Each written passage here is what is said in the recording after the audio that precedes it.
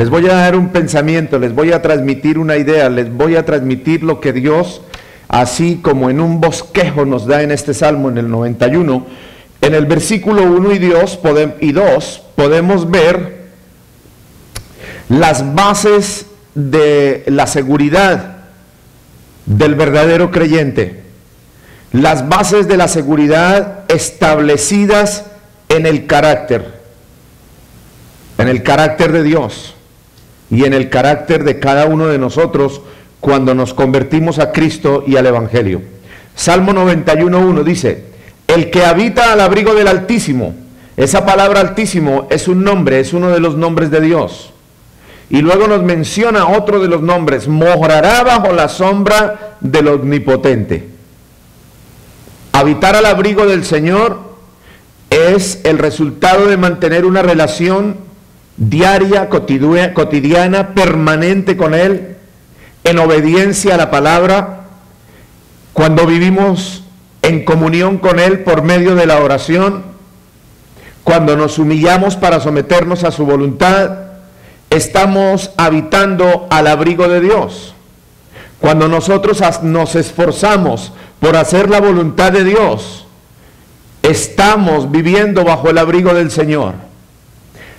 Cuando nosotros le pedimos al Señor que nos dé revelación, que nos dé sabiduría, que nos llene del fruto del Espíritu Santo, que nos dé revelación de palabra, que nos dé discernimiento de espíritus, también debemos pedirle: Señor, pero envía de tu parte espíritu humilde que sustente mi corazón y mi conciencia, mi vida delante de ti y delante de los hombres.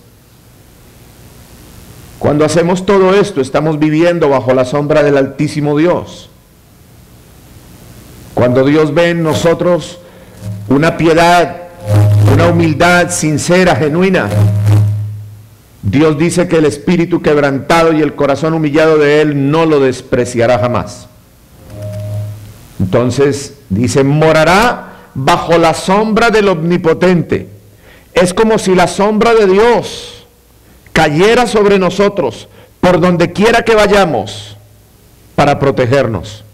Les decía esta mañana en el mensaje que la palabra llenos del Espíritu Santo en el griego tiene un significado un poco extraño y dice: cubierto desde arriba. La sombra de Dios como que cae desde la tapa de la cabeza sobre nosotros para cubrirnos y para protegernos. Y cuando estamos con la sombra de Dios sobre nosotros, estamos viviendo bajo el abrigo de la protección divina y perfecta de nuestro amado Dios.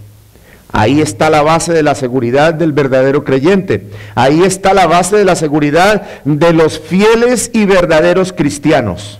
Versículo 2. Diré yo a Jehová: esperanza mía y castillo mío, mi Dios en quien confiaré. La esperanza de ustedes, la esperanza nuestra, no puede ser otra distinta que la persona de Dios.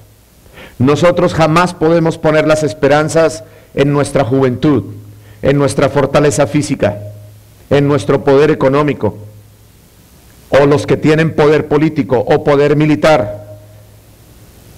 Eso es material, eso es humano, eso es temporal. Se acaba y se derrumba un día. Mi padre y mi madre, que ya están con el Señor, decían esto: si se acaba el acero, ¿cómo no se va a acabar el hombre? ¿O cómo no nos vamos a acabar nosotros? Tenemos que estar, mis amados, en Cristo, con esa revelación precisa, clara, contundente en nuestro corazón.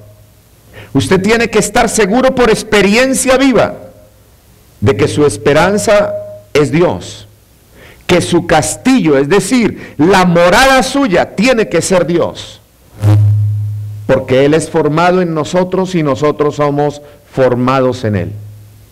Entonces, habitando bajo el abrigo del Altísimo, morando bajo la sombra del Omnipotente, teniendo la confianza del amor, la fidelidad, la benevolencia, la misericordia y todas las promesas de Dios, no nos queda otra que decir: es el castillo en el cual yo me refugio para descansar en los brazos de mi Señor. Amén. En el versículo 3, mis amados en Cristo, del 3 al 8, encontramos nosotros las bendiciones de la seguridad de Dios. Dice, Él te librará del lazo del cazador, de la peste destructora. Escuche esto, hermanos en Cristo. Les digo hermanos porque creo que aquí todos son nacidos de nuevo. Hay algo que el cristiano deja pasar desapercibido. Yo les voy a contar lo siguiente, voy a ser sincero con ustedes, como siempre lo he sido.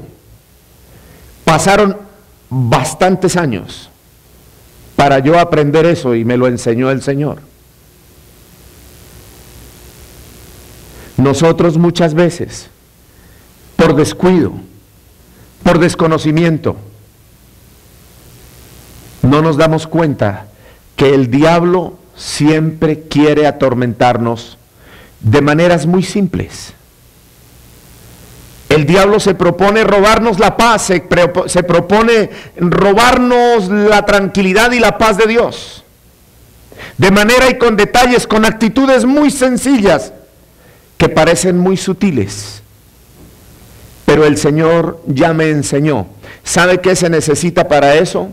Discernimiento. Y entonces cuando tenemos ese discernimiento, nosotros nos damos cuenta cómo el diablo usa personas, usa miembros de la iglesia, creyentes, para con ciertas actitudes encubiertas en la maldad y la hipocresía de su carne, tratar de perturbar a los que aman a Dios.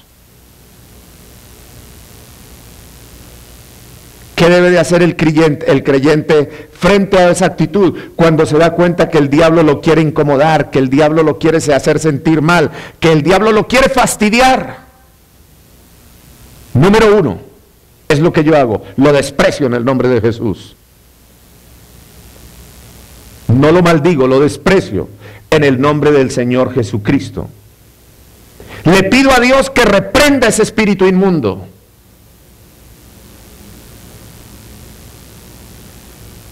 Porque esas personas que se dejan usar por el diablo se están exponiendo a la ira santa de Dios, al castigo, a la reprensión divina.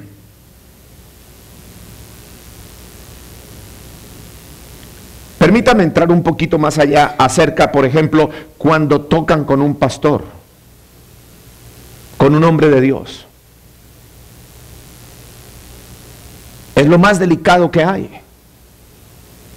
Porque cuando un hombre está al servicio de Dios, porque Dios lo llamó, cuando Dios lo llamó es porque Dios lo había escogido.